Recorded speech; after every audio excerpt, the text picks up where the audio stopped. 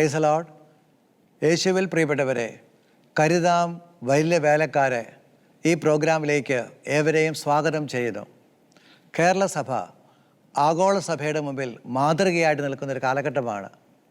ലോകമെമ്പാടും കേരള സഭയിലൂടെ വലിയ കാര്യങ്ങൾ സഭയ്ക്കുള്ളിലും ദേശങ്ങളിൽ നടക്കുന്നുണ്ട്.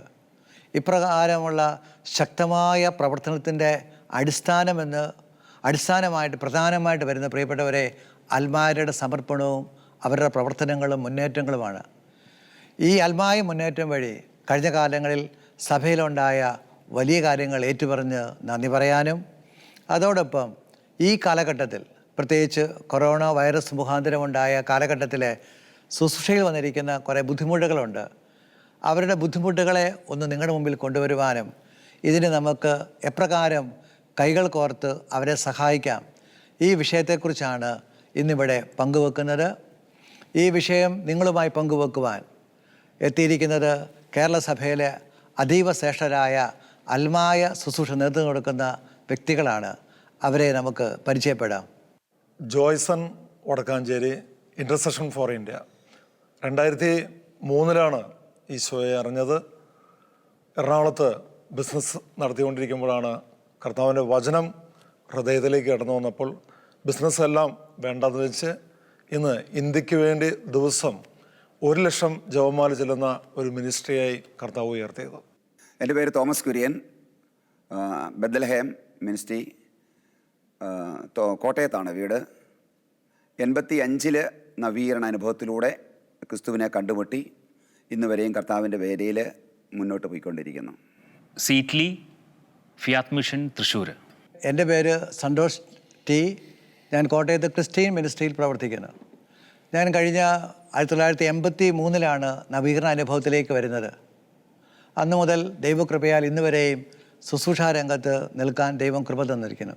ഞാൻ 83 ധ്യാനം കൂടി 87 ശുശ്രൂഷാ രംഗത്ത് ദൈവവിളി ഉണ്ടെന്ന് ബോധ്യം ലഭിച്ചു. സമർപ്പിക്കുവാൻ ദൈവം ഇടവരുത്തി. ആ കാലഘട്ടങ്ങളിൽ ഇവിടെ കേരളത്തിൽ പലരെയും പരിചയപ്പെടാനായിട്ട് കാരണമായി. പല സോണുകളിലും അന്നത്തെ എല്ലാ പ്രവർത്തനങ്ങളും നോക്കിയാൽ കാണാൻ സാധിക്കും കുടുംബം കേന്ദ്രീകരിച്ചാണ്. ജോഷുവ 24:15 ഞാനും എൻ്റെ കുടുംബമോ ഞങ്ങൾ യഹോവയെ സേവിക്കും. ഈ വചനമായിരുന്നു ആ കാലഘട്ടങ്ങളിൽ. അങ്ങനെ അനേക കുടുംബങ്ങളുടെ അൽമായ കുടുംബങ്ങളുടെ സമർപ്പണവും ത്യാഗവും അവർക്ക് അർഹതപ്പെട്ടത് പലതും വേണ്ടെന്ന് വെച്ചാണ് അവർ ശുശ്രൂഷ ചെയ്ത് ഇന്നീ കാണുന്ന എല്ലാ മുന്നേറ്റങ്ങളുടെയും അടിസ്ഥാനമായി തീർന്നത്. ശരിക്കും അൽമായന് ഒരു ദൈവ വിളിയുണ്ട്. ഇതിനെക്കുറിച്ച് പറയുമ്പോഴാണ് എനിക്കൊരു കാര്യം പറയുവാനുള്ളത്. അതുവരെയും വെറുതെ യാന്ത്രികമായിട്ടല്ലെങ്കിൽ ഒരു സാധാരണ നിലവാരത്തിൽ ഒരു വ്യക്തിപരമായ വിശ്വാസ ജീവിതം നയിച്ചിരുന്ന വിശ്വാസ സമൂഹത്തിന് ഈ കരിസ്മാറ്റിക് മൂവ്മെൻ്റ് അല്ലെങ്കിൽ നവീകരണത്തിലൂടെ തനിക്ക് വേണ്ടി മാത്രം ജീവിക്കേണ്ടവനല്ല എന്നും മറ്റുള്ളവർക്ക് വേണ്ടി അവരുടെ ആത്മാക്കളെ കൂടി കർത്താവിന് വേണ്ടി നേടണമെന്നുള്ള വലിയൊരു വിളി, കുടുംബജീവിതത്തിനപ്പുറത്തെ വലിയൊരു ദൈവിക വിളിയും കൂടി ഉണ്ട് എന്നുള്ള വലിയൊരു കാഴ്ചപ്പാട് അനേക അൽമായർക്ക് ലഭിക്കുകയും ആ വിളി സ്വീകരിച്ചുകൊണ്ട് ശുശ്രൂഷയിലേക്ക് കാലെടുത്ത് വെക്കുകയും ചെയ്തതുകൊണ്ടാണ് കേരള നവീകരണത്തിൽ വലിയ ചലനാത്മകമായ നവീകരണ മുന്നേറ്റങ്ങൾക്ക് തുടക്കം കുറിക്കുവാനായിട്ട് സാധിച്ചതെന്ന് എനിക്ക് തോന്നുകയാണ്. വിളിക്കുള്ളിലെ വിളി.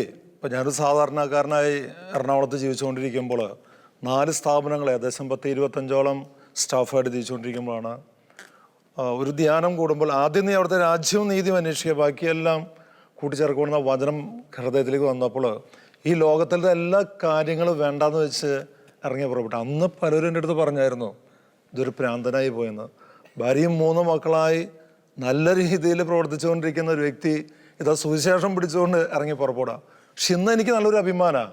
എൻ്റെ ജീവിതത്തിലെ ഇപ്പോൾ ഈ നീണ്ട 16-17 വർഷത്തോളം കർത്താവ് കരുതുന്ന കർത്താവ് അത് ഞാൻ അനുഭവിച്ചുകൊണ്ടിരിക്കുകയാണ്.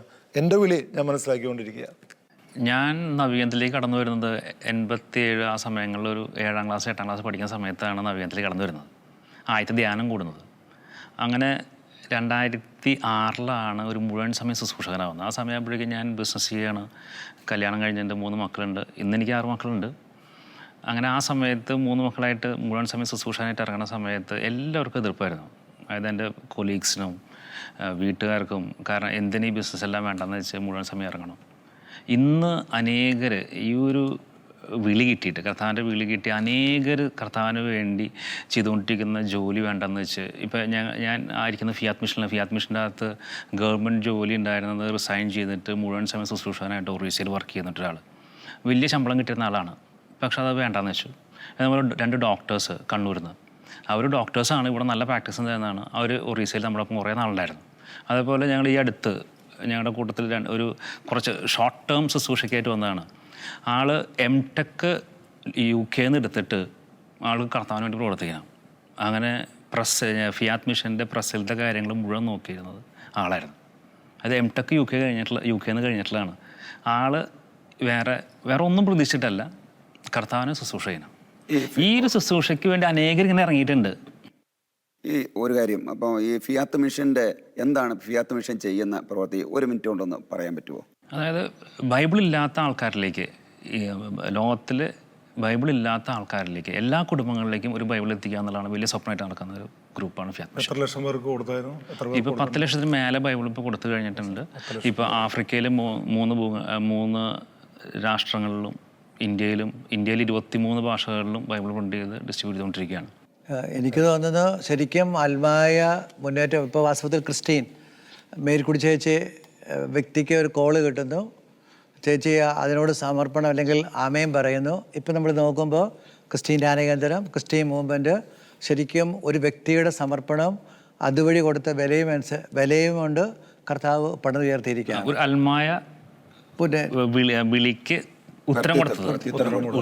അതിപ്പോൾ നമ്മൾ ശാലോം ടെലിവിഷൻ, ബെന്നി പുന്നത്ര സാറ് ഇല്ലേ, ബാങ്ക് ഉദ്യോഗസ്ഥനായിരുന്നു, അത് വേണ്ടെന്ന് വെച്ച് ഇറങ്ങി പുറപ്പെട്ടു. പിന്നെ ധ്യാന ശുശ്രൂഷകൾ മാത്രമല്ല, ചാരിറ്റബിൾ പ്രവർത്തനങ്ങൾ കേരളത്തിൽ 100 കണക്കിന് സെൻറ്ററുകളുണ്ട്. അവിടെ 1000 അന്തേവാസികളെല്ലാം സംരക്ഷിക്കപ്പെടുന്നുണ്ട്. അപ്പം അതെല്ലാം മിക്കതും അൽമായരുടെ നേതൃത്വത്തിൽ ഈ വിളി അവർ തിരിച്ചറിഞ്ഞത് കൊണ്ടാണ് ഇതിലേക്കൊക്കെ അവർക്ക് കടന്നു. മീഡിയ ശുശ്രൂഷ മേഖലയിൽ ഏറ്റവും ലീഡിൽ നിൽക്കുന്നത് മുഴുവൻ നോക്കുമ്പോൾ അൽമായർ തന്നെയാണ് അല്ലേ. ഇപ്പോൾ ഷെക്കേന ടെലിവിഷനായാലും നമ്മുടെ ശാലോം ടെലിവിഷനാണേലും ഒരുപാട് സോഷ്യൽ മീഡിയകൾ ഒക്കെ ലീഡ് ചെയ്ത് നിൽക്കുന്ന അൽമായ ശുശ്രൂഷ മേഖല തന്നെയാണ് എല്ലാവരും. വേറൊരു കാര്യം, നമ്മളിപ്പം ധ്യാനകേന്ദ്രങ്ങൾ വെച്ച് നോക്കുമ്പോൾ അറിയപ്പെടുന്ന പ്രധാനപ്പെട്ട ശുശ്രൂഷകരുണ്ട്, അതിന് പുറകെ നിൽക്കുന്ന 1000 കണക്കിന് അൽമായ ശുശ്രൂഷകരുണ്ട്. രാപകൽ അധ്വാനം വഴി സഭയെ പണിതുയർത്തുന്നവർ, ശരിക്കും പ്രാർത്ഥന വഴി സമ്പത്ത് പങ്കുവച്ചും എന്ത് ചെയ്യുന്നു, സഭയെ അല്ലെങ്കിൽ കൂട്ടായ്മകളെ ബലപ്പെടുത്തിയെടുക്കുന്നവർ. ഞാൻ സാധാരണ ഫിയാത്ത് മിഷനകത്ത് ഞങ്ങളുടെ ടീം അംഗങ്ങളോട് പറഞ്ഞൊരു കാര്യമുണ്ട്. അതായത് ഒരു യുദ്ധം എന്ന് വെച്ചിട്ടുണ്ടെന്നുണ്ടെങ്കിൽ നമുക്ക് പെട്ടെന്ന് ഒരു പട്ടാളക്കാരന് ഓർമ്മ വരുമ്പോൾ തൂക്കം പിടിച്ച് നിൽക്കുന്ന ആളെ മാത്രമേ ഓർമ്മ വരുള്ളൂ. പക്ഷേ ഒരു പട്ടാളക്കാരൻ്റെ അത് മാത്രമല്ല, അവർക്ക് ഭക്ഷണം വയ്ക്കുന്ന ആൾക്കാരുണ്ട്, അവർക്ക് വണ്ടി ഓടിക്കുന്ന ആൾക്കാരുണ്ട്, അവർ അക്കൗണ്ട്സ് നോക്കുന്ന ആൾക്കാരുണ്ട്, അവർക്ക് റോഡ് വെട്ടുന്ന ആൾക്കാരുണ്ട്, റേഡിയോൻ്റെ ആൾക്കാരുണ്ട്, മീഡിയയുടെ ആൾക്കാരുണ്ട്. ഇവരെല്ലാം കൂടെ കൂടുന്നതാണ് പട്ടാളം. ഇതിനകത്ത് നമുക്ക് പക്ഷേ പട്ടാളം എന്ന് പറയുമ്പോൾ ആകെ നമുക്ക് ഓർമ്മ വരിക ഈ മിഷൻ കണ്ണം പിടിച്ച് വെടിയിക്കുന്നവർ മാത്രമാണ്. ഇതിനകത്ത് ശുശ്രൂഷകർ എന്ന് പറയുമ്പോൾ അൽമായ മുന്നേറ്റത്തിൻ്റെ അകത്ത് ശുശ്രൂഷകർ എന്ന് പറയുമ്പോൾ ഇതിനകത്ത് ഭക്ഷണം വയ്ക്കുന്നവരുണ്ട്, മധ്യസ്ഥ പ്രാർത്ഥനക്കാരുണ്ട്, മ്യൂസിക്കിൻ്റെ ആൾക്കാരുണ്ട്, മീഡിയയായിട്ട് ബന്ധപ്പെട്ട ആൾക്കാരുണ്ട്. അങ്ങനെ ശുശ്രൂഷ ഇപ്പോൾ ധ്യാനങ്ങൾ നടത്തുന്ന, ഒറ്റയ്ക്ക് പോയി ധ്യാനങ്ങൾ നടത്തുന്ന ആൾക്കാരുണ്ട്, കൗൺസിലിംഗ് നടത്തുന്ന ആൾക്കാരുണ്ട്. അങ്ങനെ ശുശ്രൂഷ തലത്തിൽ അനേകം ആൾക്കാർ ഇതേപോലെ ഉണ്ട്. ഒരു പട്ടാളത്തിൽ അനേകം വെപ്പുകാരും ഡ്രൈവേഴ്സും അക്കൗണ്ട്സ് ഉള്ള പോലെ തന്നെ ഈ ഒരു അൽമായ മുന്നേറ്റത്തിൻ്റെ അകത്ത് ഈ ധ്യാനമന്ദിരം ആണെങ്കിൽ പോലും ഇങ്ങനെ നമുക്കറിയാവുന്ന അവിടുത്തെ പ്രീച്ചേഴ്സ് മാത്രമാണ്. മുന്നേറ്റത്തിന് നവീകരണ മുന്നേറ്റത്തിന്റെ പുറകിൽ നിൽക്കുന്നതെല്ലാം അൽമായരുടെ സപ്പോർട്ട് വഴിയാണ്. ധ്യാനകേന്ദ്രങ്ങളുടെ എല്ലാം നിലനിൽപ്പ് ഒരു ധ്യാനമന്ദിരത്തിലേക്ക് ആളുകൾ എത്തിക്കുന്നത് പലപ്പോഴും പോട്ടയില്, മുൻകാലങ്ങളെ പോട്ടയിലൊക്കെ അല്ലേ, പല സ്ഥലങ്ങളിൽ നിന്നും കഷ്ടപ്പെട്ട് ബസ്സുകളിലൊക്കെ എത്തിക്കുന്നത്. ഇന്ന് അതേപോലെ തന്നെ ഓരോ ധ്യാനമന്ദിരങ്ങളിലും വ്യത്യസ്ത സ്ഥലങ്ങളിൽ നിന്നും ബസ്സുകൾ ആളുകളെ കൊണ്ടുവന്നിട്ടാണ് ധ്യാനമന്ദിരങ്ങൾ. അതിനൊക്കെ നേതൃത്വം നൽകുന്നത് അൽമായർ തന്നെയാണ്. ഇപ്പൊ വീട് കയറി ഇറങ്ങി മാസിക കൊടുക്കുന്നതും ശുശ്രൂഷ തന്നെയാണ്. ഇപ്പൊ എനിക്കറിയാവുന്ന നമ്മള് കുമളിയിലുള്ള ഒരു സഹോദരൻ, പുള്ളി മാസം തോറും 2000-ഓളം വചനോത്സവമാണ് വാങ്ങി തമിഴ്നാട്ടിൽ കൊണ്ടുപോയി താനും ഭാര്യയും പിള്ളേരും കൂടെ പോയി ഓരോ ഗ്രാമങ്ങളിൽ പോയി കൊടുക്കുകയാണ്. അതൊരു വലിയ ശുശ്രൂഷയായിട്ടാണ് അദ്ദേഹം കാണുന്നത്. ഇതുപോലെ നമ്മൾ ധാരാളം അൽമായ ശുശ്രൂഷകർ കേരളം വിട്ട് നമ്മുടെ കേരളത്തിൻ്റെ പുറത്തു പോയി രാപകൽ ദൈവരാജ്യത്തിന് വേണ്ടി വേല ചെയ്യുന്നവരുണ്ട്. ഇപ്പം ഇവരെല്ലാം നമ്മൾ കാണുമ്പോൾ ഒരു പ്രത്യേകതയുണ്ട്. ആരാലും അപ്പോയിൻ്റ് ചെയ്യപ്പെട്ടല്ല പോകുന്നത്. എന്നുവെച്ചാൽ സീറ്റിലേ വിളിച്ചിട്ട് നീ അവിടെ പോകാനല്ല. ഇവരെല്ലാം നമ്മൾ മനസ്സിലാക്കുമ്പോൾ ഇവർ ഉള്ളിലൊരു വിളി ലഭിച്ചിട്ട് ഇവരിപ്പോൾ ഏതെങ്കിലും അവർക്ക് പറ്റുന്നൊരു മിനിസ്ട്രിയിലോട്ട് വന്ന് ജോയിൻ ചെയ്ത് അവരങ്ങ് പോവുക. ആരും അവരെ അപ്പോയിൻറ്റ് ചെയ്യുന്നതായിട്ടോ അല്ലെങ്കിൽ വിളിച്ചൊരു ജോലി കൊടുക്കുന്നതായിട്ടല്ല. അത് മാത്രമല്ല, ഇവരാരും വേറെ ജോലി ഇല്ലാണ്ടിരിക്കുന്ന സമയത്ത് ചെയ്തിട്ടുള്ള ആൾക്കാരല്ല. ചെയ്തിരുന്ന കാര്യം വേണ്ടെന്ന് വെച്ച്, അതായത് ഇപ്പോൾ കൃഷിയാണോ അല്ലെങ്കിൽ ബിസിനസ്സാണോ അല്ലെങ്കിൽ വേറെ എന്തെങ്കിലും ജോലി, അത് വേണ്ടെന്ന് വെച്ച് കർത്താവിൻ്റെ വിളി ബോധ്യപ്പെട്ട് ഇറങ്ങിയിട്ടുള്ള ആൾക്കാരാണ്. എനിക്കൊരു ചെറിയ അനുഭവം പറയുകയാണെങ്കിൽ, ഇപ്പം എൻ്റെ മകൻ മരിച്ചുപോയി. സുരക്ഷയിലേക്ക് വന്നപ്പോഴാണ് എൻ്റെ ഒരു മകനും മരണം ഉണ്ടായത്. ഈ മകൻ ആയിരിക്കുന്ന സമയത്ത് ഈ മകൻ വന്ന് ചോദിക്കുകയാണ്, പപ്പ സ്കൂളിൽ ചോദിക്കുന്നുണ്ട് പപ്പയുടെ ജോലി എന്താണെന്ന്. അപ്പം ചോദിച്ചു, നീ എന്നെ പറഞ്ഞു ചോദിച്ചു. അപ്പം പറഞ്ഞു, ഞാൻ വളരെ സന്തോഷത്തോടെ ഞാൻ പറഞ്ഞു, എൻ്റെ പപ്പ ഒരു ഇവാഞ്ചലിസ്റ്റാണ്, ഒരു സുവിശേഷകനാണ്. അപ്പോൾ നിനക്ക് പറയാൻ നാണയം ഉണ്ടായിരുന്നില്ലേ ചോദിച്ചു. അപ്പം പറഞ്ഞൊരു വാക്കെന്നെ അറിയാം, എനിക്കത് ഇപ്പോൾ പറഞ്ഞുകൊണ്ടിരിക്കുമ്പോൾ ഓർമ്മ വരികയാണ് പറയുന്നത്. പപ്പ ലോകത്തിൽ വെച്ച് ഏറ്റവും വലിയ ജോലി ചെയ്യണം, അതിനേക്കാൾ വലിയൊരു ജോലി ഇല്ല. അതുകൊണ്ട് ഞാൻ അഭിമാനത്തോടെ എൻ്റെ സ്കൂളിൽ പറഞ്ഞു എന്ന് പറയുന്നത്. അതൊന്നും ഞാനത് മനസ്സിൽ മാറാൻ പറ്റില്ല. ഇത് പറഞ്ഞപ്പോഴാണ് പറഞ്ഞത്, എൻ്റെ റേഷൻ കാർഡിൽ കുടുംബനാഥൻ്റെ ജോലി എന്ന രീതിക്ക് ഇപ്പോൾ ഫില്ലപ്പ് ചെയ്ത് ആദ്യം കൊടുത്തപ്പോൾ ഞാൻ സുവിശേഷകനാണെന്ന് പറഞ്ഞുകൊണ്ട് എഴുതി. അപ്പോൾ അവർ സുവിശേഷകൻ അങ്ങനെ ഒരു തപ്പി അടിച്ചു നോക്കിയിട്ട് കമ്പ്യൂട്ടർ ഇല്ല. അപ്പോൾ അവർ ഇത് ഗോസ്പൽ വർക്ക്, അപ്പോൾ അപ്പൻ്റെ ജോലിയാണ് ഗോസ്പൽ വർക്ക്. അപ്പം നമ്മളതിൽ അഭിമാനം കൊള്ളുകയാണ്. ക്രിസ്തുവിനെ പ്രതി നമ്മൾ ചെയ്യുന്ന ശുശ്രൂഷയുടെ വ്യാപ്തി എന്താണ്, വലുപ്പം എന്താണ്, അതിൻ്റെ മഹത്വം എന്താണെന്ന് അഭിമാനിക്കുന്ന, അത് കർത്താവിൽ നിന്ന് കിട്ടുന്ന വ്യക്തിപരമായ ഒരു ഇൻസ്പിറേഷനും വിളിയും കൂടുക. അതുകൊണ്ടാണ് ഇന്ന് അനേകർ ശുശ്രൂഷ മേഖലയിൽ മുന്നോട്ട് പോയി, കഷ്ടതകളുണ്ടെങ്കിലും അതിലൂടെ മുന്നോട്ട് പോകാൻ പറ്റുന്നത്. ഞാനിപ്പോൾ ഈ ശുശ്രൂഷ രംഗത്തോട് വന്നിട്ട് 33ാമത്തെ വർഷമാണിത്. നമ്മളിപ്പോൾ എന്തുകൊണ്ടാണ് ഇപ്പോഴും ഞാൻ ഈ ശുശ്രൂഷയും ചോദിച്ചാൽ എനിക്ക് പ്രത്യേകതയില്ല. പക്ഷേ ആ വിളിയുടെ മേൽ വന്ന ഒരു കൃപ ഉണ്ട്. ഈ കൃപ എന്നെ ഇപ്പോഴും എന്ത് ചെയ്യുന്നു, ഇപ്പോൾ ഈ ടി വിയുടെ മുമ്പിൽ നിന്നും ശുശ്രൂഷയെക്കുറിച്ച് പറയാൻ ദൈവം ഇടവരുത്തുന്നു. അപ്പോൾ ശരിക്കും ഒരു ആത്മാവിനെ സംബന്ധിച്ചോളം അവന് കിട്ടുന്ന ദൈവവിളിയാണ് അവനെ ഇപ്രകാരമാക്കുന്നത്, മറ്റൊന്നുമില്ല. ഇപ്പോൾ എന്നെ സംബന്ധിച്ചോളം ഞാൻ എന്ത് പഠിച്ചെന്ന് ചോദിച്ചാൽ ഞാൻ പ്രീ ഡിഗ്രി വരെ പഠിച്ചിട്ടുള്ളൂ. എനിക്കതിനപ്പുറം പോകാനായിട്ട് സാധിച്ചിട്ടില്ല. പക്ഷേ ദൈവം എന്ത് ചെയ്യുന്നു, അനേക സ്ഥലങ്ങളിൽ അനേകരെ രൂപപ്പെടുത്താനും ക്രമപ്പെടുത്താനും ദൈവം ഉപയോഗിക്കുന്നു. ആത്മായ ശുശ്രൂഷകളിലൂടെ സഭയ്ക്ക് വലിയ നേട്ടങ്ങൾ സംഭവിച്ചിട്ടുണ്ട്. ഇതെല്ലാം നമ്മൾ ദൈവത്തെ സ്തുതിക്കേണ്ടതാണ്. അതിലേറ്റവും പ്രധാനമായിട്ട് എൻ്റെ മനസ്സിൽ തോന്നുന്നത് അറിയാവോ, ഞാൻ സെമിനാറുകളിലും ചില കോൺവെൻറ്റിലൊക്കെ ചെല്ലുമ്പോൾ അവിടെ വെച്ച് കണ്ടുമുട്ടുന്ന ചില സിസ്റ്റേഴ്സിനെയും വൈദികരെയും അവർ പറയാറുണ്ട്, വർഷങ്ങൾക്ക് മുമ്പ് ഇന്ന ധ്യാനത്തിൽ വെച്ച് ഇന്നൊരു വാക്ക് ഈശോയെ കണ്ടുമുട്ടാൻ ഇടവന്നു. ആ സ്നേഹമാണ് എന്നെ ഇന്ന് ഈ വൈദിക വൃത്തിയിൽ സിസ്റ്ററാകാൻ ഇടവരുത്തിയത്. സമൃദ്ധമായിട്ടും ദൈവവിളിയുടെ ഇന്ന് കേരള സഭയിൽ കാണുന്ന ഇതിനു മാത്രം വൈദികരെയും സിസ്റ്റേഴ്സിനെ രൂപപ്പെടുത്താൻ നല്ലൊരു പ്രവർത്തനം ആത്മായ ശുശ്രൂഷയിലൂടെ ദൈവം പ്രവർത്തിച്ചിട്ടുണ്ട്. ഇത് പറയുമ്പോഴാണ് ഇപ്പം ഞങ്ങളുടെ ബെത്ലഹേം നമ്മുടെ സെൻട്രലിൽ അവിടെ വർഷങ്ങൾക്ക് മുമ്പ് ഉള്ള കുട്ടികളുടെ പ്രാർത്ഥനാ ഗ്രൂപ്പ് ഉണ്ടായിരുന്നു. അവിടെ ചുറ്റുപാടുമുള്ള 1 കിലോമീറ്റർ അടുത്തുള്ള മാത്രം പിള്ളേരാണ് എല്ലാ ഞായറാഴ്ച വന്ന് കുട്ടികളുടെ പ്രാർത്ഥനാ ഗ്രൂപ്പ് തുടങ്ങി. അത് കുറച്ച് കഴിഞ്ഞപ്പം അത് യൂത്തായി മാറി, അവിടെ യൂത്ത് പ്രേ ഗ്രൂപ്പായി മാറി. അപ്പോൾ ആ പ്രാർത്ഥനാ ഗ്രൂപ്പിലൂടെ മാത്രം വന്ന പിള്ളേർക്ക് ദൈവവിളി കിട്ടി. ഇപ്പോൾ 5 പേര് വൈദികരായി മാറിയിട്ടുണ്ട്. 4 പേര് ഇപ്പോൾ മേജർ സെമിനാരി പഠിച്ചുകൊണ്ടിരിക്കുക. ഇപ്പോൾ അല്ലെങ്കിൽ ഈ നവീകരണ അനുഭവം കേരള സഭയിൽ അനേകം വൈദികരെയും ദൈവവിളികളും ഉണ്ടാക്കുവാനായിട്ട് കാരണമായിട്ടുണ്ട്. ഇപ്പോൾ ഒരു ചെറിയ പ്രാർത്ഥനാ ഗ്രൂപ്പിൽ വന്ന പിള്ളേർ ഇത്രയും പേര് ദൈവവിളിയോട്ട് പോയെങ്കിൽ ആഗോള സഭയിൽ ഒത്തിരി മിഷൻ പ്രദേശങ്ങളിലേക്ക് ഈ ദൈവവിളിയുടെ ഫലങ്ങൾ ഉണ്ടായിട്ടുണ്ട്. എനിക്കൊരു അനുഭവം പറയുകയാണെങ്കിൽ, ഞാൻ തൃശ്ശൂർകാരനായതുകൊണ്ട് തൃശ്ശൂർ ടൗണിൽ ഒരു ദൈവശബ്ദം എന്നൊരു ഗ്രൂപ്പുണ്ട്. തൃശ്ശൂർ ടൗണിൽ പ്രത്യേകിച്ച് ആ മാർക്കറ്റിൽ നമ്മൾ ചെല്ലുകയാണെങ്കിൽ വെറും തെറിവിളികൾ മാത്രം കേട്ടിരുന്ന ഒരു കാലഘട്ടം ഉണ്ടായിരുന്നു. അപ്പോൾ പക്ഷെ ഇന്ന് ആ യൂണിയൻകാരായാലും പച്ചക്കറി വിൽപ്പനക്കാരാണേലും എല്ലാവരും പ്രത്യേകിച്ച് ദൈവത്തിൻ്റെ വചനം അവരിലേക്ക് കടന്നു വന്നപ്പോൾ വലിയൊരു മാറ്റം പ്രത്യേകിച്ച് ആ മേഖല ഉണ്ടായി എന്ന് പറയുന്നത് ശരിക്കും വലിയൊരു സാക്ഷിയാണ്. ഇപ്പം പറഞ്ഞുകൊണ്ടിരിക്കുമ്പോൾ പരിശുദ്ധാത്മാവ് എനിക്ക് ആ മേഖല കാണിച്ചു തന്നത്. ആത്മായർ എന്ന് ഒരു സ്ഥലത്ത് പ്രവർത്തിക്കാൻ തുടങ്ങി കഴിഞ്ഞപ്പം ആ ഏരിയ മൊത്തം അങ്ങ് കർത്താവ് ഇടപെട്ടുകൊണ്ടിരിക്കുക. നമ്മൾ നോക്കുമ്പോൾ ഒരു 40-30 വർഷങ്ങൾക്ക് മുമ്പ് നോക്കുമ്പോൾ ഒരു ഇടവകയെന്ന് പറയുമ്പോൾ ചുരുങ്ങിയതുള്ളൂ.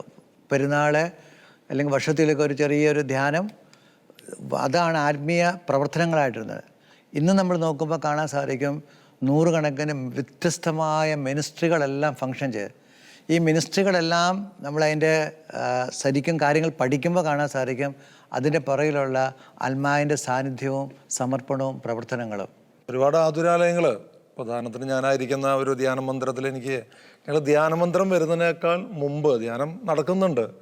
അവിടെ ഞങ്ങൾ ഒരു ആകാശപ്പറവുകളുള്ള 20,000 സ്ക്വയർ ഫീറ്റ് ബിൽഡിങ് പണിത് ഏകദേശം തെരുവിൽ നിന്നും, എൻ്റെ ഓർമ്മ ശരിയാണ്, ഞങ്ങളൊക്കെ വചനം പറഞ്ഞ് പോകുമ്പോൾ രാത്രി 12 മണിക്കും 1 മണിക്കുമൊക്കെ തെരുവിൽ നടന്ന വ്യക്തികളെ പിടിച്ച് ബൈക്കിൻ്റെ പിന്നിൽ കയറ്റി പോലീസ് സ്റ്റേഷനിൽ പോയി അവിടെ ഒപ്പിട്ട് തിരിച്ചു കൊണ്ടുവന്ന് രാത്രി കൊണ്ടുവന്ന് മുടി വെട്ടി കുളിപ്പിച്ച് ഇങ്ങനെ നൂറുകണക്കിന് ആതുരാലയങ്ങൾ ആത്മാവിൽ നടത്തിക്കൊണ്ടിരിക്കുന്നുണ്ട്. ഇത് വലിയൊരു മുന്നേറ്റമല്ലേ? ആത്മാവിൻ്റെ ഒരു വലിയൊരു വിളിയല്ലേ അത്?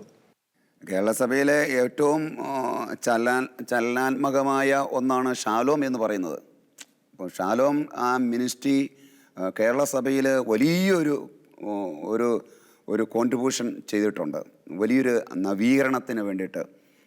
ഷാലോം മാസി ആയാലും സൺഡേ ഷാലോം ആയാലും പിന്നെ TV പ്രവർത്തനങ്ങളായാലും അതുപോലെ തന്നെ ഇപ്പോൾ നമ്മൾ ഷഹീന ടെലിവിഷൻ ആയാലും കേരള സഭയിൽ മീഡിയ വഴി വലിയൊരു സുവിശേഷ പ്രവർത്തനങ്ങളും നവീകരണത്തിനും ഇത് കാരണമായിട്ടുണ്ട്. ഇത് നമുക്ക് ഒരിക്കലും മറക്കാൻ പറ്റിയല്ല. ഷഹീന ടെലിവിഷനിൽ എൻ്റെ ഒരു നാട്ടുകാരനും കൂടിയാണ് ബ്രദർ സന്തോഷ് ബ്രദർ.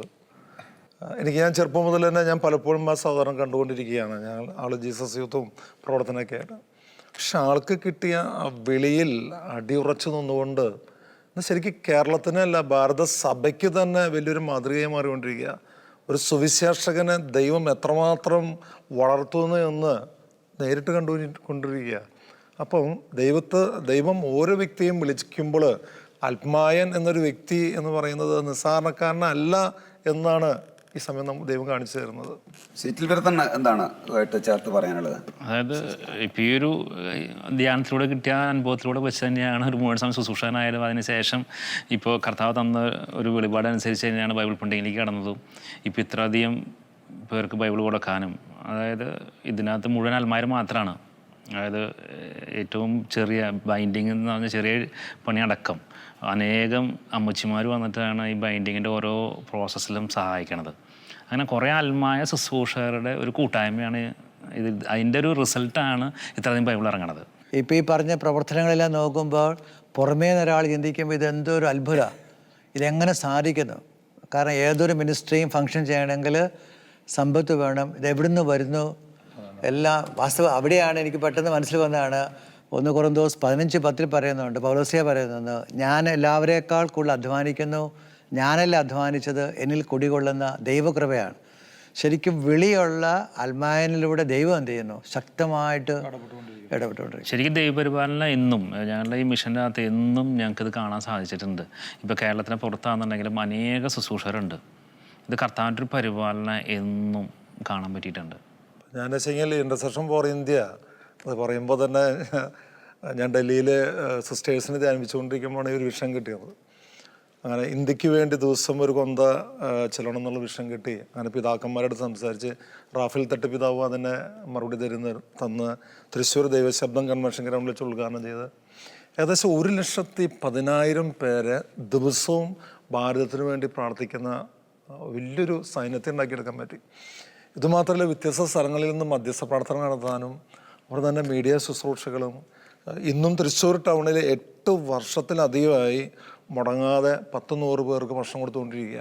അതുമാതിരി ഭവന നിർമ്മാണങ്ങൾ 4 വീട് നിർമ്മിച്ചു കൊടുത്തു, 5 വീട് പണിതുകൊണ്ടിരിക്കുന്നു.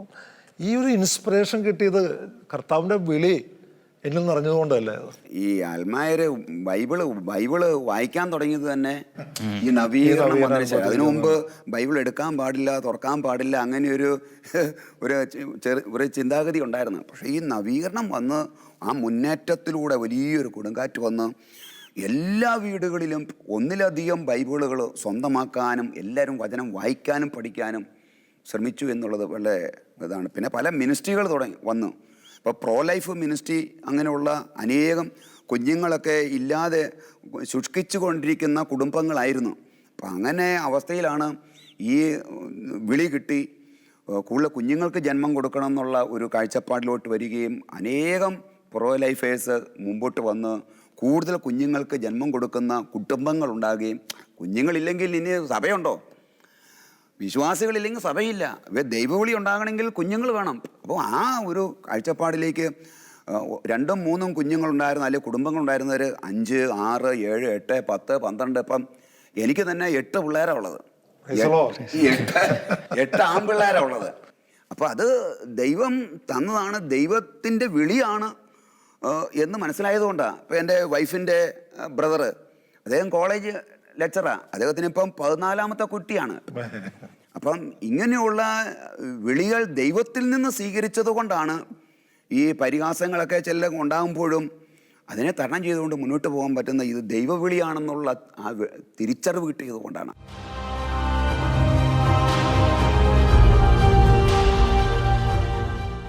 ഈ നാളുകളിൽ ദൈവം ശക്തമായിട്ട് ആത്മായ മുന്നേറ്റങ്ങളെ ഉയർത്തുന്നു, നയിക്കുന്നു. പക്ഷേ ഈ അടുത്ത കാലത്തിൽ അപ്രതീക്ഷിതമായിട്ട് കൊറോണ വൈറസുമായി ബന്ധപ്പെട്ട് നമ്മുടെ അന്തരീക്ഷത്തിൽ, സമൂഹത്തിലുണ്ടായ മാറ്റം അനേക ശുശ്രൂഷകരെ വേദനയിലും പ്രയാസത്തിലുമാക്കിയിട്ടുണ്ട്.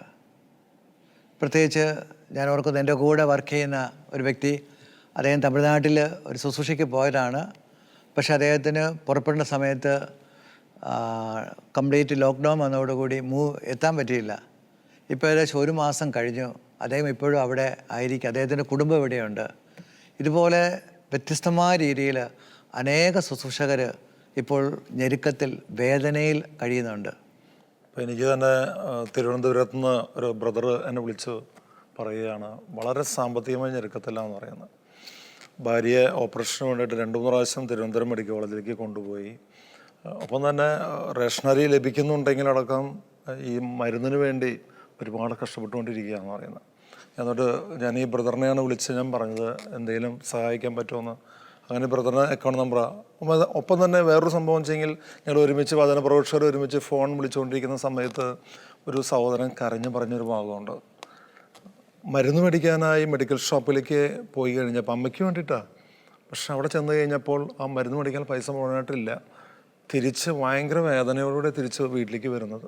ഇങ്ങനെ ഒരുപാട് ശുശ്രൂഷ ചെയ്യുന്ന വ്യക്തികൾ നമ്മുടെ ഈ കൊച്ചു കേരളത്തിൽ ഈ പ്രതിസന്ധിയിൽ ഇപ്പം 1 മാസമായിട്ടുള്ള ഈ അവസ്ഥയിൽ ഇത്രയും നാളും ഓടി നടന്ന എല്ലാ മേഖലകളിലും, എല്ലാ ധ്യാന കേന്ദ്രങ്ങളിലും അതിനെ സപ്പോർട്ട് ചെയ്ത് ശുശ്രൂഷ ചെയ്തുകൊണ്ടിരുന്ന അവർ ഏതവസ്ഥയിൽ കഴിയുന്നു എന്ന് നമ്മളിപ്പോൾ ഈ കാലഘട്ടത്തിൽ നമ്മൾ ചിന്തിക്കേണ്ടത് ആവശ്യമാണ്. മറ്റുള്ളവർ കൊടുക്കുന്ന അതേ എക്സ്പെൻസ് കൊടുത്തു വേണം ഇവനും സാധനങ്ങൾ വാങ്ങാനായിട്ട്. അപ്പോൾ വലിയൊരു ക്രൈസിസിലൂടെയാണ് ഇന്ന് ശുശ്രൂഷ മേഖലയിൽ ഉള്ളവർ ഒരു സാമ്പത്തികമായ ഒരു വലിയൊരു ബാധ്യതയിലൂടെ അവർ പോയിക്കൊണ്ടിരിക്കുന്ന സമയത്ത്. കാരണം നമ്മളിപ്പം നോക്കുമ്പോൾ ഒരു ശുശ്രൂഷകനെ സംബന്ധിച്ചോളം മാർച്ച്, ഏപ്രിൽ, മെയിലാണ് ഏറ്റവും കൂടുതൽ ദൈവരാജ്യ ശുശ്രൂഷ ചെയ്യുന്നത്. അവിടുന്ന് കിട്ടുന്ന സഹായമാണ് അവനെ ഒരു പരിധി വരെയും അവൻ്റെ ജീവിതം മുന്നോട്ട് പോകാൻ അവൻ സഹായിക്കുന്നത്. കഴിഞ്ഞ വർഷങ്ങളായിട്ട് അത് ദൈവം പരിപാലിച്ചുകൊണ്ടിരുന്നു. പെട്ടെന്നാണ് അന്തരീക്ഷം അല്ലെങ്കിൽ സാഹചര്യം മാറിയിരിക്കുന്നത്. ഈ സമയത്ത് വാടക കൊടുക്കാനായിട്ട് ബുദ്ധിമുട്ടുന്നവരുണ്ട്. ഇങ്ങനെ ഞെരുക്കം അനുഭവിക്കുന്നവർ നമ്മൾ കണ്ണു തുറന്ന് നോക്കുമ്പോൾ ചുറ്റുപാടും നമ്മുടെ മുമ്പിൽ കണ്ടുകൊണ്ടിരിക്കുകയാണ്. പെട്ടെന്ന് നമ്മൾ പറയുമ്പോൾ മനസ്സിലെല്ലാവരുടെയും വരെ പ്രീച്ചേഴ്സിന് മാത്രമാണ്. മറ്റുള്ളവരുടെ കാര്യമാണ് ഏറ്റവും കൂടുതൽ കഷ്ടപ്പാടുണ്ടാവുക. അതായത് മധ്യസ്ഥ നടത്തുന്നവർ, അല്ലെങ്കിൽ ധ്യാനമന്ദിരങ്ങളിൽ സഹായിക്കുന്നവർ, അല്ലെങ്കിൽ ധ്യാനമന്ദിരത്തിൽ എത്തിക്കുന്നവർ, അവരെയാണ് നമ്മൾ കൂടുതൽ ഈ സമയം എനിക്ക് തോന്നുന്നു കൂടുതൽ നമ്മുടെ മനസ്സിലേക്ക് കൊണ്ടുവരേണ്ടത്. ഇതുപോലെ ശുശ്രൂഷ മേഖലയുള്ളവർ അല്ലെങ്കിൽ ധ്യാനഗുരുക്കന്മാരെന്ന് പറയുമ്പോൾ മെയിൻ സ്ട്രീമിൽ നിൽക്കുന്ന ചിലരെ മാത്രമാണ് പൊതുജനത്തിന് അറിയാവുന്നത്. പക്ഷെ അതിൻ്റെ പിന്നിൽ കണ്ണുനീരോടെ പ്രാർത്ഥിക്കുന്ന, മുട്ടുമേൽ നിൽക്കുന്ന, കരയുന്ന, അവരുടെ കൊച്ചു ദശാംശം പോലും കൊടുത്ത് കോൺട്രിബ്യൂഷൻ ചെയ്യുന്ന ആൾക്കാരെ കഷ്ടപ്പെട്ട് ധ്യാനകേന്ദ്രത്തിൽ കൊണ്ടുപോകുന്ന അങ്ങനെ അനേകർ ശുശ്രൂഷ മേഖലയിൽ നമ്മുടെ പാവപ്പെട്ട ആത്മാരുണ്ട്. ഇത് കാണുമ്പോൾ അവരെയാണ് പ്രധാനമായിട്ട് നമ്മൾ ഈ സമയത്ത് നമ്മൾ ഓർക്കേണ്ടത്. അവരൊക്കെ കണ്ണുനീര് കർത്താവ് കണ്ടുകൊണ്ടിരിക്കുകയാണ്. എനിക്ക് തോന്നുന്നു ഈ ചർച്ച തന്നെ ദൈവം ആഗ്രഹിച്ചത് ഈ കണ്ണുനീരിനെ വിളിച്ചതെല്ലാം തോന്നുന്നു. കഴിഞ്ഞ ദിവസം ഒരു സഹോദരൻ എന്നെ ഫോൺ വിളിച്ചിട്ട് പറയുക, ബ്രദറെ എന്ന് വിളിച്ച് ഒരു ഞെരുക്കത്തിലുള്ള രീതിയിലാണ് പറയുന്നത്. അപ്പം ഞാൻ അവിടെ വന്നു കഴിഞ്ഞാൽ വല്ല അരിയോ എല്ലാം കിട്ടുമോ എന്ന് ചോദിച്ചു. അപ്പം ഞാൻ പറഞ്ഞു വേഗം വരാൻ പറഞ്ഞു. അപ്പോൾ പുള്ളി വന്ന് അപ്പം ആവശ്യമുള്ളത് നമ്മൾ കൊടുത്തു. അപ്പോൾ അങ്ങനെ ഒത്തിരി പേര് ശുശ്രൂഷകർ. ഇപ്പം വേറൊരു സഹോദരനെ ഞാൻ വിളിച്ച് അങ്ങോട്ട് ചോദിച്ചു, അപ്പോൾ എന്നാ ഉണ്ട് വിശേഷങ്ങൾ? അപ്പോൾ പുള്ളി പറഞ്ഞു എനിക്ക് 7 കുട്ടികളുണ്ട്. അപ്പം ബ്രദറെ കർത്താവ് നടത്തുന്നു, കർത്താവ് നയിക്കുന്നു. പുള്ളി അങ്ങനെ വിശ്വാസത്തിൻ്റെ കാര്യങ്ങൾ പറയുക. പക്ഷെ ഞാൻ പറഞ്ഞ ആഹാരങ്ങളൊക്കെ ഇങ്ങനെയാണ് പുള്ളി എന്നൊക്കെ പറഞ്ഞ് പുള്ളിയുടെ ഞെരുക്കം നമുക്കറിയാൻ പറ്റും. ഇതുപോലെ അനേകർ നമുക്കറിയാൻ മേലാത്തതുമായ ഇതിൽ ശുശ്രൂഷകർ ഈ അവസ്ഥയിൽ ഞെരുക്കത്തിലൂടെ പോകുന്നുണ്ടെന്ന് നമുക്കറിയാം. ഈ ഓരോ ടീമിനും നേതൃത്വം കൊടുക്കുന്ന അൽമാരുണ്ട്. അവരെ സംബന്ധിച്ചോളം അവരെ ടീമിൽ പ്രവർത്തിക്കുന്ന, ഉദാഹരണം ഇപ്പോൾ ക്രിസ്റ്റീൻ്റെ കൂടെ നിൽക്കുന്ന അൽമാരും അവരുടെ കുടുംബങ്ങളും ഉണ്ട്. അവരെയും തീറ്റിപ്പോറ്റാൻ സഹായിക്കാൻ നമുക്ക് കടമയുണ്ട്. ഇപ്പോൾ ഫിയാത്തിൻ്റെ കാര്യം തന്നെ എടുക്കുകയെന്നുണ്ടെങ്കിൽ കേരളത്തിന് പുറത്തും കേരളത്തിലുമായിട്ട് ഏകദേശം 350 പേരോളം ആയിപ്പോൾ. ഇവരുടെ ഇപ്പോൾ ഈ കൊറോണ വന്നതിന് ശേഷം വരുന്ന സപ്പോർട്ടുകൾ വളരെ കുറവാണ്. പക്ഷെ നമ്മൾ സപ്പോർട്ട് ചെയ്യണം, നമ്മൾ മുട്ടുമുക്കുകയാണ്. കോട്ടയത്തുള്ള നവജീവൻ തോമസ് ചേട്ടനെ പലർക്കും അറിയാവുന്നതാണ്. അപ്പോൾ അദ്ദേഹം കഴിഞ്ഞവിടെ പറയുക, ഇപ്പം കുറേ നാളായിട്ട് ഭയങ്കര ഞെരുക്കം, ആ പണം വരുന്നില്ല, ഓരോ മാസം തന്നെ നല്ല എമൗണ്ടാണ് ചിലവാക്കേണ്ടത്. കാരണം അനേകം ശുശ്രൂഷകൾ പുറത്ത് പോയി ചെയ്തുകൊണ്ടിരിക്കുക. ഇപ്പോൾ കൊറോണ കാലഘട്ടം ദാരിദ്ര്യമായതുകൊണ്ട് അനേകർക്ക് കൊടുക്കേണ്ടതായിട്ട് വരുന്നു. അപ്പോൾ എല്ലാ മേഖലയിലും ശുശ്രൂഷാ മേഖലയിലുള്ളവർക്കായാലും ഭയങ്കര ഞെരുക്കത്തിലൂടെ പോകുന്ന ഒരു സമയമാണിത്. ഈ അൽമായ ശുശ്രൂഷകരെ സംബന്ധിച്ചോളം ഒരു മിനിസ്ട്രി ആണെങ്കിലും അവർക്ക് വേറെ ഇൻകം ഇല്ല വരാനായിട്ട്. ഇപ്പം നമുക്ക് ഷാലോം ശുശ്രൂഷയാണെങ്കിൽ ഷാലോം പ്രെയർ ഫെലോഷിപ്പിലെ ആൾക്കാർ സപ്പോർട്ടാണ് ആ മിനിസ്ട്രി നിൽക്കുന്നത്. അല്ലാതെ മറ്റൊരു വരുമാന മാർഗം ഇല്ല, അവർക്കൊന്നുമില്ല, ആർക്കും, ഒരു ആത്മായ ശുശ്രൂഷകർക്കും. അപ്പോൾ ഈ ഒരു സമയത്ത് ഇവർ ശരിക്കും വേദനയിലും കഷ്ടതയിലൂടെയാണ് കടന്നു പോയിക്കൊണ്ടിരിക്കുന്നത്. എനിക്കൊന്ന് കുറച്ചുകൂടെ വേറെ തരത്തിൽ പറയാന്നാണെങ്കിൽ ഇപ്പം ഏതെങ്കിലും മിനിസ്ട്രിയുള്ള വ്യക്തികളെ അവരെ മിനിസ്ട്രി നോക്കുന്നു വിചാരിക്കാം, അതിൽ പെടാത്ത അനേകരുണ്ട്.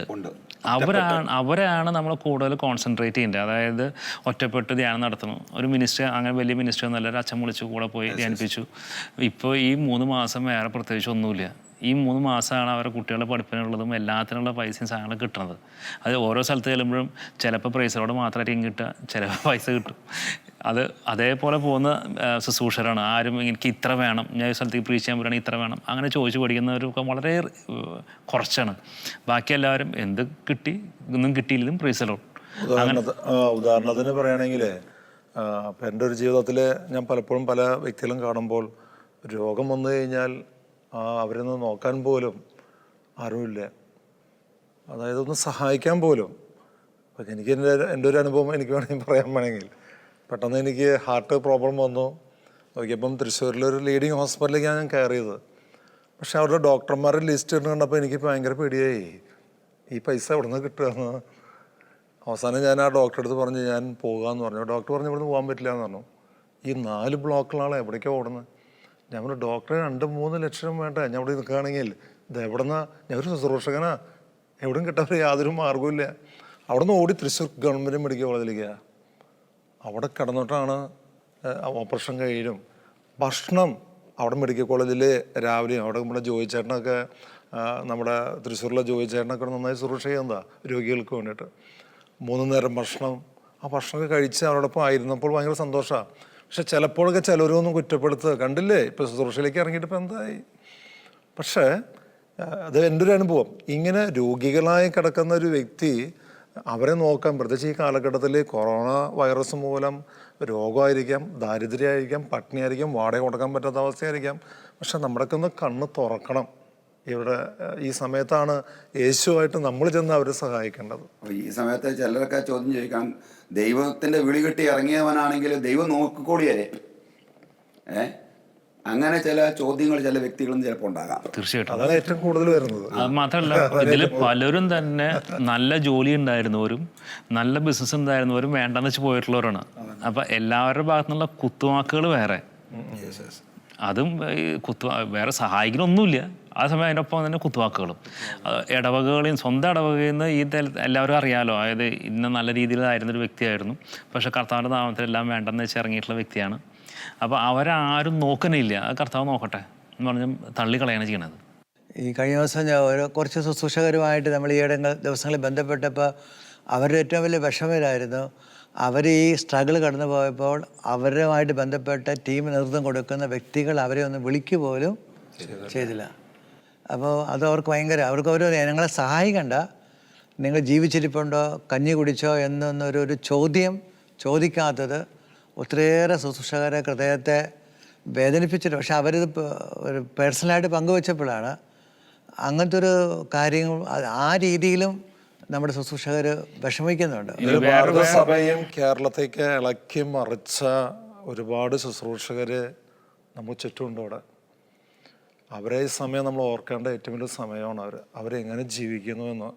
ചിലപ്പം കേരളത്തിൻ്റെ ഒരു പ്രത്യേകത എന്ന് വെച്ചെങ്കിൽ ഇപ്പം നമ്മളൊക്കെ കണ്ടില്ലേ, നല്ല പാൻറ്റും ഷർട്ടൊക്കെ ഇട്ട് ടിക് ടോപ്പായിട്ട് നമ്മൾ ഇരിക്കുന്നത്.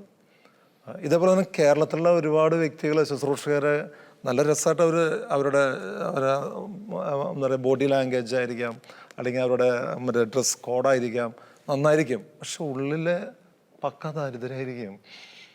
കാരണം ചോദിക്കാൻ നാണക്കേട്, എന്തെങ്കിലുമൊക്കെ ചോദിച്ചു കഴിഞ്ഞാൽ മറ്റുള്ളവർ എന്തൊക്കെ പറയുന്നത്.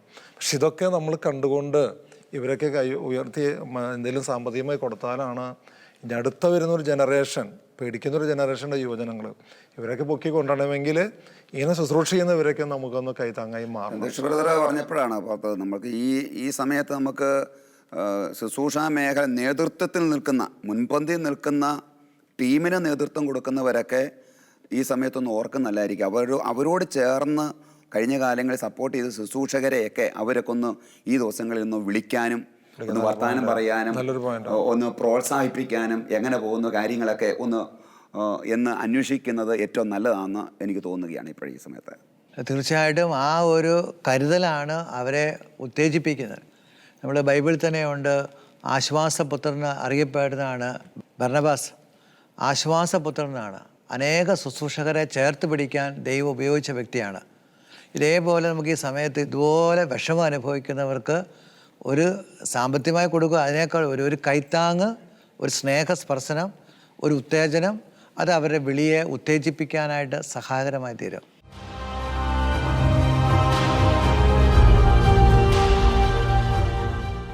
നമ്മളിപ്പോൾ ഈ സമയത്ത് ശുശ്രൂഷകർ അനുഭവിക്കുന്ന ബുദ്ധിമുട്ടുകളും പ്രയാസങ്ങളെക്കുറിച്ച് പറയാണ്. വാസ്തവത്തിൽ ഇതെല്ലാം സത്യമാണ്. പക്ഷേ ഈ അനുഭവം ഞാൻ കഴിഞ്ഞ ദിവസം ചില വ്യക്തികളോട് ചോദിച്ചപ്പോൾ അവർ ചോദിച്ച ചോദ്യമാണ്, നിന്നെ ആരാണ് ഈ ശുശ്രൂഷയ്ക്ക് വിളിച്ചത്? ആരാ നിന്നെ അപ്പോയിൻ്റ് ചെയ്തത്? അയാൾ നിൻ്റെ കാര്യം നോക്കട്ടെ എന്ന്. നിനക്ക് വേറെ പണിയൊന്നുമില്ലേ? ഈ രീതിയിലാണ് ചിലപ്പോൾ നമ്മളോട് ചില ചോദ്യങ്ങൾ അല്ലെങ്കിൽ അവർ സംസാരിക്കുന്നത്. പണിയില്ലാത്തവരുടെ ഒരു പണിയാണ് സുവിശേഷ വേല എന്നാണ് ഒരു തെറ്റിദ്ധാരണയുള്ളത്. നമ്മൾ ഏറ്റവും കൂടുതൽ ശ്രദ്ധിക്കേണ്ടത് ഈ ശുശ്രൂഷയ്ക്ക് കടന്നു വന്നവരിൽ ആരും മോശക്കാരൊന്നുമല്ലായിരുന്നു. മുമ്പ് ഈ പ്രത്യേകിച്ച് കേരള സഭയിൽ കടന്നു വന്നിട്ടുള്ളവരൊക്കെ വ്യത്യസ്ത മേഖലയിൽ നിന്ന് കടന്നു വന്നുള്ള വ്യക്തികളാണ്.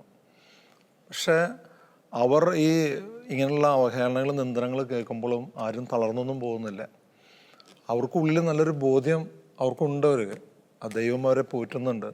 അൽമായർ തന്നെ വിദേശങ്ങളിലും സ്വദേശത്തും ജോലിയും ചെയ്തിട്ടാണ് ആ ദശാംശമാണ് ഓരോ ധ്യാനമന്ത്രങ്ങളിലും ഒപ്പം തന്നെ ഓരോ മിനിസ്ട്രിക്കും ഓരോ വ്യക്തികൾക്കും കൊടുത്തുകൊണ്ട് അൽമായർ തന്നെയാണ് പോറ്റിക്കൊണ്ടിരിക്കുന്നത്. അത് വേറൊരു ഭാഗത്തു നിന്നല്ല വരുന്നത്. എന്നിട്ട് അൽമായര് പലപ്പോഴും അവഹേളിക്കപ്പെടുകയാണ്. ഈ ഒരുപാട് ആത്മായർ പറയണം, നിങ്ങൾ ഇറങ്ങി പുറപ്പെട്ടോ. ഇപ്പം എൻ്റെ അടുത്ത് തന്നെ പലപ്പോഴും എൻ്റെ സുഹൃത്തുക്കൾ പറഞ്ഞിട്ടുണ്ട്, ജോയ്സിനൊന്നും നീ പേടിക്കേണ്ട ആവശ്യമില്ല, ഞങ്ങൾക്ക് ആ ഒരു കോളില്ല, നിനക്ക് ആ കോളുണ്ട്, അതുകൊണ്ട് നിനക്ക് വേണ്ടി ഞങ്ങൾ പണിയെടുത്ത് നിനക്ക് വേണ്ടി തന്നെ പോറ്റിക്കോളാം എന്ന് പറഞ്ഞു. അപ്പം അവർ പറയുന്ന സമയത്ത് എനിക്ക് വലിയൊരു വിശ്വാസമാണ്. ഇങ്ങനെ ഒരുപാട് വ്യക്തികളുണ്ടല്ലേ. അപ്പം ഒരു പണിയില്ലാത്തവരല്ല ആത്മായർ. ചില സമയമൊക്കെ മനസ്സിനകത്ത് തോന്നും, പഴയ പണിയിലേക്ക് തിരിച്ചു പോയാലോ എന്ന് തോന്നൽ വരും. അത് ഭൗതികമായൊരു ചിന്തയാണ്. പക്ഷെ കർത്താവ് എന്നെ നയിക്കുന്നുണ്ടെങ്കിൽ കർത്താവ് എന്നെ പോറ്റും. അപ്പോൾ ചില സമയങ്ങളിൽ വിധേയപ്പെടേണ്ടി വരും. ശുശ്രൂഷയിൽ നിന്നും ചിലർ ദശാംശം തരുന്നതും അല്ലെങ്കിൽ മറ്റ് സഹായങ്ങളും തരുമ്പോഴും അത് ചോദിച്ചുകൊണ്ട് മുന്നേറുന്നു, അല്ലാതെ പണിയില്ലാത്തവരുടെ പണിയല്ല. ഞാൻ ശുശ്രൂഷയിലോട്ട് ഫുൾ ടൈമായിട്ട് ഇറങ്ങിയ ആ കാലഘട്ടത്തിൽ 30 വർഷങ്ങൾക്ക് മുമ്പ്, അപ്പോൾ എനിക്ക് ഏറ്റവും അടുത്തുള്ള റിലേഷനുള്ള ഒരാൾ ചോദിച്ചു, നീ ഇങ്ങനെ പോയാൽ എങ്ങനെയാടാ നിൻ്റെ ഭാവി? ഇങ്ങനെ പോയാൽ നിൻ്റെ ഭാവി എന്താ? എടാ എന്നെ കണ്ട് പഠിക്കടാ. അപ്പോൾ പുള്ളി ഭയങ്കര ബിസിനസ്സും കാര്യങ്ങളൊക്കെയാണ്. അപ്പം ഞാൻ ഉള്ളിൽ എന്നോട് തന്നെ ഞാൻ പറഞ്ഞു, ഞാൻ കാണിച്ചു തരാമെന്ന് പറഞ്ഞു. എന്ന് പറഞ്ഞാൽ ഞാൻ ശക്തമായ കർത്താവിൻ്റെ ഒരു വിളി തിരിച്ചറിഞ്ഞിട്ട് വേറെ ഒന്നും നോക്കാതെ അന്ധമായി കർത്താവിൻ്റെ ആ വിളിക്കനുസരിച്ച് അങ്ങോട്ട് കാലെടുത്ത് വെച്ച് ശുശ്രൂഷയിലോട്ട് വന്നതാണ്. ഞാൻ കാണിച്ചു തരാമെന്ന് പറഞ്ഞു. അപ്പം നാളുകൾ കഴിഞ്ഞ് അന്ന് പറഞ്ഞ ആ വ്യക്തി സ്വന്തമായിട്ടൊരു വീട് പോലും ഇല്ലാതെ വാടക വീട്ടിൽ താമസിക്കുക. ഇന്ന് കർത്താവ് എനിക്ക് അത്യാവശ്യം ഒരു ഭവനവും വീടും ഇത്രയും കുഞ്ഞുങ്ങളും, അയാൾക്ക് ഒരു കൊച്ചേ ഉള്ളൂ, എനിക്ക് ഇത്രയും പിള്ളേർ തന്നു. അപ്പം ഞാൻ പറഞ്ഞു തന്നത് ദൈവം നടത്തുന്ന വഴികൾ. ഇപ്പം നമ്മളെ പരിഹസിക്കുന്നവരുടെ മുമ്പിൽ തന്നെ ദൈവം നടത്തും നമ്മളെ. ഇടിച്ച് താക്കുന്നിടത്ത് തന്നെ ദൈവം നമ്മളെ പണിതുയർത്തും നമ്മളെ. അപ്പോൾ വിളി നമുക്ക് ഇല്ലാത്തത് കൊണ്ടൊന്നും അല്ല. നമ്മളാരും ഇപ്പം സീറ്റിൽ ബ്രദറായാലും ജോയ്സ് ബ്രദറായാലും സന്തോഷ് ബ്രദറായാലും വന്ന് സന്തോഷ് ബ്രദർ ആ വിളിക്ക് പ്രത്യുത്തരം കൊടുത്തത് കൊണ്ടാണല്ലോ ക്രിസ്ത്യൻ മിനിസ്ട്രി ലോകം മുഴുവൻ വ്യാപിക്കുകയും കുഞ്ഞുങ്ങളുടെ ഇടയിൽ വലിയൊരു മുന്നേറ്റം ഉണ്ടായത് അതുകൊണ്ടാണ്. ഇപ്പോൾ ബെന്നി സാറ് അല്ലെങ്കിൽ നമ്മുടെ സന്തോഷ് കരുമത്ര, അദ്ദേഹം അവരെ ദൈവം വിളിച്ചപ്പോൾ ആ വിളിക്ക് പ്രത്യുത്തരം കൊടുത്തത് കൊണ്ടാണ് ഈ മീഡിയ വഴിയുള്ള പ്രവർത്തനങ്ങൾ കേരള സഭയിൽ ലോകം മുഴുവൻ സ്പ്രെഡ് ചെയ്തത്. അപ്പോൾ ഞാൻ അന്മായന, ഇതൊക്കെ എനിക്ക് വിളിയുണ്ടോ എന്ന് പറഞ്ഞിട്ട് പിന്മാറിയിരുന്നെങ്കിലോ? അപ്പോൾ ഇത് ദൈവം വിളിച്ചതാണ് എന്നുള്ളത് വലിയൊരു ഉറപ്പായ ഒരു കാര്യം. കൊറോണ വന്നു കഴിഞ്ഞപ്പോൾ ഈ ഒരു ചാനലില്ലായിരുന്നെങ്കിൽ നമ്മളുടെ പല ഭവനങ്ങളും ദേവാലയങ്ങളും അല്ലായിരുന്നു. ലൈവ് ആയിക്കൊണ്ട് തത്സമയം, അല്ലെങ്കിൽ മുമ്പ് റെക്കോർഡ് ചെയ്തിട്ടുള്ള പ്രോഗ്രാമുകളൊക്കെ നമ്മൾ കാണുന്നുണ്ടായിരിക്കാം. പക്ഷെ തത്സമയം എൻ്റെ വീട്ടിലെ അനുഭവം ഞാൻ പറയുന്നത്, എൻ്റെ അമ്മ, വയസ്സായ അമ്മ, എൻ്റെ കുടുംബം, അതൊക്കെ എന്ന് പറഞ്ഞു കഴിഞ്ഞാൽ ഇപ്പോൾ ഈ ഷെക്കീന ടെലിവിഷൻ ലൈവായിട്ട് സ്വന്തം പ്രത്യേകിച്ച് രൂപതയിൽ നിന്നും മറ്റു രൂപതകളിൽ നിന്നൊക്കെ തത്സമയം പ്രക്ഷേപണം കാണുമ്പോൾ ആ ഒരു അനുഭവമല്ലേ, ഈ ആത്മായൻ ഇങ്ങനെ ഉയർത്തപ്പോഴല്ലേ ഇന്ന് കേരള സഭ, ഭാരതസഭ, ലോകത്തെ പല വ്യക്തികൾക്കും ഇങ്ങനെ വലിയൊരു അത്ഭുതം കാണാൻ സാധിച്ചത്, അല്ലെങ്കിൽ ദേവാലയങ്ങളായി മാറ്റാൻ സാധിച്ചത്. ഇതേപോലെ പറയായിരുന്നു, പ്രളയം വന്നപ്പോൾ നമ്മുടെ എല്ലാ പള്ളികളും എല്ലാവരുടെയും വീട്, എല്ലാ മതസ്ഥരും വീടായി മാറി. ഇപ്പോൾ കൊറോണ വന്നപ്പോൾ എല്ലാ വീടുകളും ആദ്യം ദേവാലയങ്ങളായി, ഇപ്പോൾ ധ്യാനമന്ദിരങ്ങളായി. അത് ആ തരത്തിലേക്ക് ഈ കൊറോണ നമ്മൾ വളർത്തി. ഈ വേറെ കൊറോണയായിട്ട് ബന്ധപ്പെട്ട് പറയുമ്പോൾ, ഈ കൊറോണ വന്നതിന് ശേഷം എന്നെ വിളിച്ചിട്ടുള്ളത് വളരെ കുറച്ച് പേരാണ് എന്നെ വിളിച്ചിട്ടുള്ളൂ. അതായത് എങ്ങനെയാണ്, നാട്ടിലുണ്ടോ, അതിനിപ്പോൾ എല്ലാം പുറത്ത് പെട്ട് കിടക്കുകയാണോ, അല്ലെങ്കിൽ എങ്ങനെ പോണു, മിനിസ്ട്രിയുടെ കാര്യങ്ങൾ ചോദിച്ചിട്ടുള്ളൂ. വരല ഉണ്ടാകുന്ന ആൾക്കാരെ എന്നെ വിളിച്ചിട്ടുള്ളൂ. അങ്ങനെയാണെന്നുണ്ടെങ്കിൽ ഇപ്പോൾ ആരും അറിയപ്പെടാതെ ധ്യാനമന്ദിരങ്ങളിൽ നിൽക്കുന്ന ആൾക്കാരുടെ കാര്യം എന്തായിരിക്കും സ്ഥിതി? അതായത് മധ്യസ്ഥ പ്രാർത്ഥനയുള്ള ആൾക്കാരൊന്നും ഒരാൾ പുറത്തറിയില്ല. സ്വന്തം ഇടവകയിലത്തെ ജനങ്ങൾ വേണമെങ്കിൽ അറിയാമായിരിക്കും ഇന്ന ധ്യാനമന്ദിരത്തിലേക്ക് പ്രാർത്ഥിക്കാൻ പോകുന്ന വ്യക്തിയാണെന്നുള്ളത്. അല്ലാതെ ഒരാൾ ധ്യാനത്തിന് പോകുന്നൊരു വ്യക്തിയും ഒരു മധ്യസ്ഥ പ്രാർത്ഥനക്കാരനെ കണ്ട് എനിക്ക് വേണ്ടി പ്രാർത്ഥിക്കാൻ നന്ദി പോലും പറയാൻ പോകാറില്ല. അവരുടെ റിസൾട്ടാണ് നമ്മൾ ആ ചെന്നിട്ട് അഭിഷേകം നമ്മൾ സ്വീകരിച്ച് വരുന്നത്. പക്ഷെ എനിക്കൊന്ന് പറയാനുള്ളത്, ഈ അഭിഷക്തരെ തൊട്ടു പോകരുത് എന്ന് പലപ്പോഴും ആത്മായരായ നമ്മൾ പ്രസംഗവേദിയിൽ പറയുന്നത് പോലെ തന്നെ ഈ സമയം കണ്ണുനീരോടെ വേദനിച്ചുകൊണ്ടിരിക്കുന്ന ആത്മായരെ നിനക്കൊന്നും ചെയ്യാൻ സാധിച്ചിട്ടില്ലാതെ പോലും നാവുകൊണ്ട് വെറുതെ വേദനിപ്പിക്കരുത് എന്ന് മാത്രമേ എനിക്ക് പറയാനുള്ളൂ. അപ്പം ദൈവം പോറ്റുന്നത്, ശുശ്രൂഷാ മേഖലയിൽ ഞെരുക്കത്തിലുള്ളവരെ പോറ്റാനായിട്ട് ദൈവം ഒരുക്കിയിരിക്കുന്നത് വിശ്വാസികളെയാണ്. അവരിത് കണ്ടറിഞ്ഞ് അവർ വേണം ഇങ്ങനെയുള്ളവരെ സഹായിക്കാൻ. പരിഹസിക്കാതെ വിശ്വാസികൾ തൻ്റെ ഇടവകയിലുള്ള ആ വ്യക്തികളെ കണ്ടെത്തിക്കൊണ്ട്, അല്ലെങ്കിൽ ഇടവകയ്ക്ക് പുറത്തുള്ള വ്യക്തികളെ കണ്ടെത്തിക്കൊണ്ട് നമ്മളാൽ എന്തെങ്കിലും സഹായിക്കണം. അപ്പോൾ വാസ്തവത്തിൽ ദൈവം വിളിച്ച വ്യക്തിയെ ദൈവം എന്ത് ചെയ്യുന്നു? തീറ്റി പോറ്റുന്നു. ഈ കൊറോണയുടെ കാലഘട്ടത്തിലും അവനെ ദൈവം പോറ്റുക തന്നെ ചെയ്യും. കാരണം അവൻ്റെ ദൈവം ഇന്നും ജീവിക്കുന്നു. ഈ സമയങ്ങളിൽ ഈ കൊറോണയുടെ കാലഘട്ടം ആരംഭിച്ചപ്പോൾ എന്നെ സംബന്ധിച്ചോളം നമ്മൾ ഈ അവധിക്കാലത്ത് കുറേ പ്രോഗ്രാം പ്ലാൻ എല്ലാം തകിടം മറിഞ്ഞു, ഒരു ഡിസോർഡറായി. അപ്പോൾ എനിക്ക് ആദ്യം എന്നെക്കുറിച്ച് എനിക്ക് വിഷമമായിരുന്നു. പക്ഷേ ഞാൻ പിന്നെ ഇത് ഞാൻ ഇത്രയും വിഷമിക്കുന്നെങ്കിൽ എൻ്റെ കൂടെയുള്ള സഹപ്രവർത്തകർ, എന്നോടൊപ്പമുള്ള കേരളത്തിലെ ഒത്തിരിയേറെ ആത്മായ ശുശ്രൂഷകരുണ്ട്. ഞാനൊരു മിനിസ്ട്രിയുടെ ഭാഗമായിട്ട് നിൽക്കുന്നതുകൊണ്ട് എനിക്ക് അത്രയും വരാം. അല്ലാത്തവരെക്കുറിച്ചൊരു എനിക്കൊരു വിഷമം തോന്നി, പ്രാർത്ഥിക്കാൻ തോന്നി. ഞാൻ ഈ വിഷയം പലരുമായിട്ട് പങ്കുവച്ചു. അപ്പോൾ ചിലരെന്നോട് പറഞ്ഞു, കതിരും പതിരും തമ്മിൽ വേർതിരിയുന്ന സമയമാണ്, പല കാര്യങ്ങൾ പറഞ്ഞു. പക്ഷേ എൻ്റെ ഉള്ളിൻ്റെ ഉള്ളിലൊരു ഭയങ്കര വിഷമമായിരുന്നു. ഇതെന്ത് ചെയ്യാൻ പറ്റും, എന്ത് ചെയ്യാൻ പറ്റും? ആ സമയത്ത് ദൈവകൃപയാൽ നമ്മൾ പല ശുശ്രൂഷകരെയും വിളിച്ചു. ശുശ്രൂഷകരെ ഇങ്ങനെ ടെലിഫോൺ കോൺഫറൻസിലൂടെ ഒരുമിച്ച് കൂട്ടി.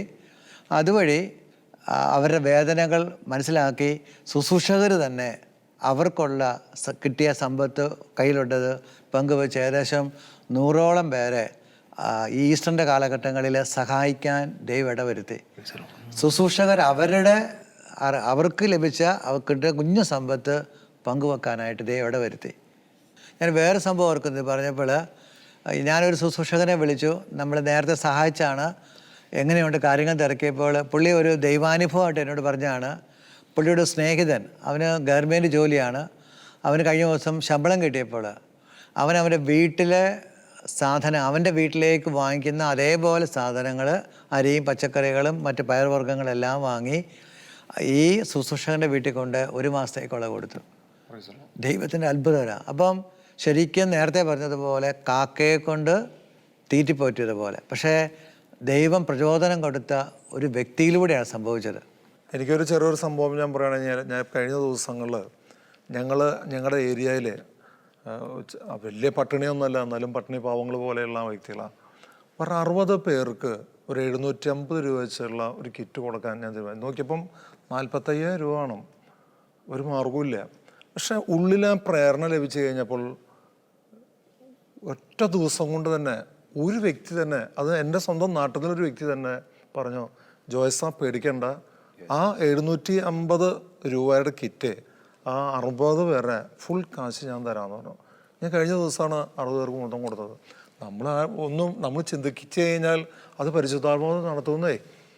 അപ്പം നമ്മളോട് അല്ലായിരിക്കും ചിലപ്പം വേറെ വ്യക്തിയോട് നമുക്കത് കൊടുക്കാൻ സാധിക്കുമോ? അത് ഈ സഹായം കൊടുക്കുന്ന കാര്യം നമ്മൾ കോൺഫറൻസ് നമ്മൾ കൂടി നമ്മൾ ഒരു 2-3 ദിവസം അവരുമായിട്ട് ബന്ധപ്പെടുകയൊക്കെ ചെയ്തല്ലോ.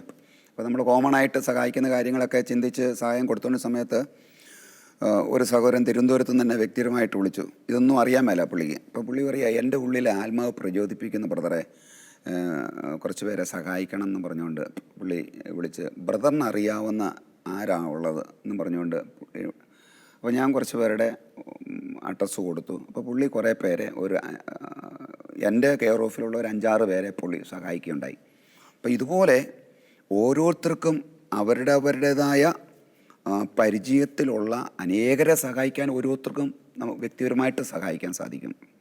അല്ല, നമുക്ക് ഈ ഒരു പ്രചോദനം ശുശ്രൂഷകരം മാത്രമല്ല, ഇപ്പം മറ്റു മതസ്ഥരായ വ്യക്തികളും ഉണ്ടായിരിക്കാം. ഞാൻ പറയാനാ പറ്റുന്നത്, കിട്ടിയ നിർബന്ധമില്ല.